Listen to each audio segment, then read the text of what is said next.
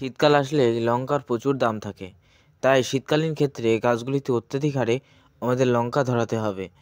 লঙ্কা ধরানোর জন্য অনেক রকম ভিডিও আপনি দেখেছেন এর আগে। কিন্তু এই ভিডিওতে যদি আপনি ধৈর্য ধরে একটু দেখতে থাকেন, তাহলে আপনার লঙ্কা গাছে এইরকম কিন্তু একেবারে ঘিটে, ঘিটে একেবারে ঝাঁক, ঝাঁক আপনি কিন্তু লঙ্কা ধরাতে পারবেন। যার বাজারিক মূল্য প্রচুর পরিমাণে কিন্তু আপনি বিক্রি করতে পারবেন। তাই লঙ্কা গাছে অতিরিক্ত হারে লঙ্কা পাওয়ার জন্য আপনি কোন সার ব্যবহার করবেন এবং আরও সারের সাথে কী মিশ্রিত করে ব্যবহার করতে হয়, সেটা নিয়ে আজকের ভিডিওতে খুব সুন্দরভাবে ডিসকাস করব। তাই চ্যানেলে যারা নতুন আছেন একটু সাবস্ক্রাইব করবেন এবং ভিডিওটা শেয়ার করে অন্য চাষিদের দেখার সুযোগ করে দেবেন।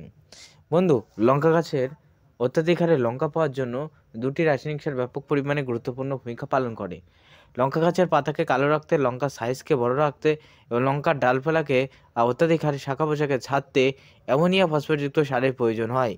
এবং সেই সঙ্গে সঙ্গে বন্ধু, এই লঙ্কা গাছের অত্যাধিক হারে ফল ফুলের মাত্রাটাকে বজায় রাখতে এবং গাছের গতিটাকে কন্ট্রোল করতে, প্লাস গাছকে স্ট্রং বা শক্তিশালী করতে নাইট্রোজেন, ফসফেট এবং পটাশযুক্ত সারের কিন্তু প্রয়োজন হয়।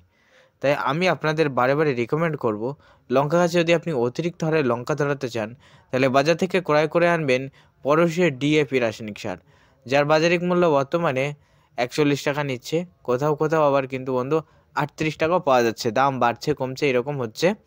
তাই আমাদের কিন্তু পরশের ডিএপি ব্যবহার করতে হবে। সেই সঙ্গে সঙ্গে আপনি ইফকো, পরশ বা যে কোনো কোম্পানির 10-26 দুটো একসাথে মিশ্রিত করে আপনি ব্যবহার করবেন। কারণ অন্যান্য ডিএপির তুলনায় পরশের ডিএপিতে বেশি কাজ আমি দেখেছি। তাই আমি রিকমেন্ড করে থাকি পরশের ডিএপিটাই ব্যবহার করতে। এবং সেই সঙ্গে সঙ্গে 10-26 রাসায়নিক সার হিসাবে আপনি যে কোনো একটি কোম্পানির ব্যবহার করবেন।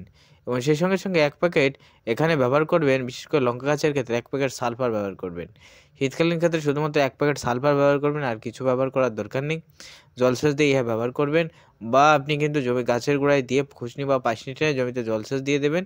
1 সপ্তাহের মধ্যে আপনি রেজাল্ট দেখতে পাবেন। তার পরবর্তী আপনার কাজ হয়েছে কিনা আপনি কমেন্টে জানিয়ে দেবেন। এরকম ইনফরমেটিভ ভিডিও পেতে অবশ্যই চ্যানেলটা সাবস্ক্রাইব করে রাখবেন, ভিডিওটা শেয়ার করে অন্য চাষি